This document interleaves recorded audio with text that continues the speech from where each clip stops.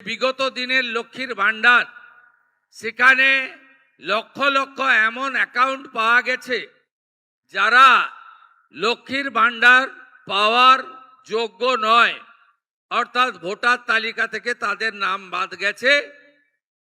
কেউ মৃত, কেউ অভারতীয়, কেউ এলাকায় থাকেন না তাদের। এমনকি অবাক হয়ে যাবেন, কয়েক লক্ষ পুরুষের অ্যাকাউন্টে লক্ষ্মীর ভান্ডারের টাকা ঢুকিয়েছে এরা।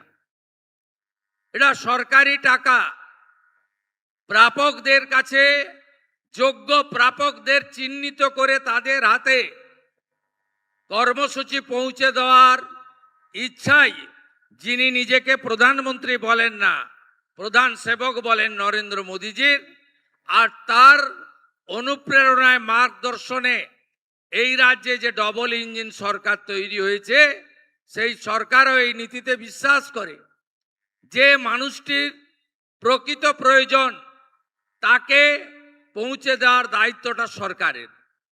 তাই আমরা আরো অবাক হয়ে যাবেন, যেখানেই আমরা হাত দিচ্ছি বিগত সরকারের দুর্নীতি, স্বেচ্ছাচারিতা এবং সরকারি টাকা কিভাবে এরা লুট করেছে আপনি ভাবলেও অবাক হয়ে যাবেন।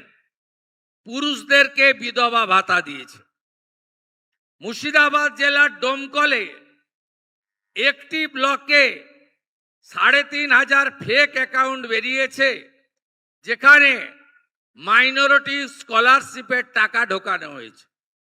তাই আপনারা, আমি আশা করব, জনগণ চান প্রকৃত মানুষের হাতে অর্থ আসুক, সামাজিক প্রকল্পের সুযোগ তারা পান।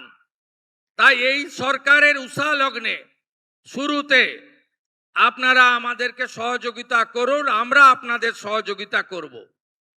প্রয়োজন হলে বাড়িতে পাঠাবো আমরা মানুষ, আমাদের কর্মচারীদের, সহযোগী কর্মচারীদের, যাতে আমরা পোর্টালে আপলোড করা, ফর্ম নথিভুক্তকরণ করা এটা ঠিকঠাকভাবে হয়।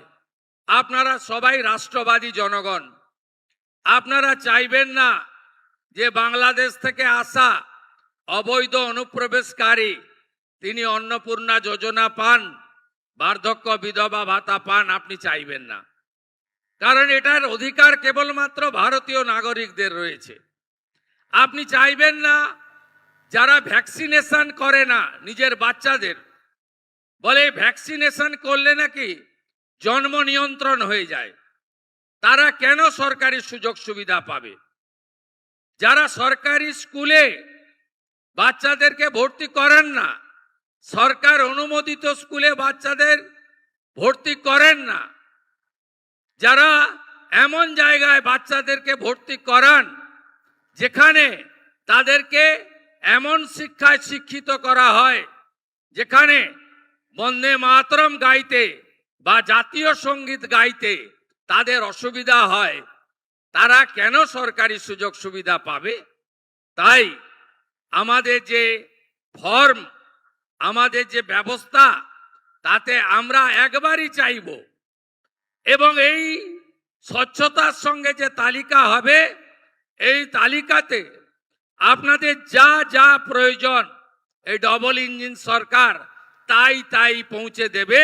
যেখানে দুর্নীতি থাকবে না, মধ্যস্বত্বভোগী থাকবে না, আপনারা প্রতারিত হবেন না, আপনারা একজন এই রাজ্যের নাগরিক হিসেবে আপনার অধিকার আপনি পাবেন।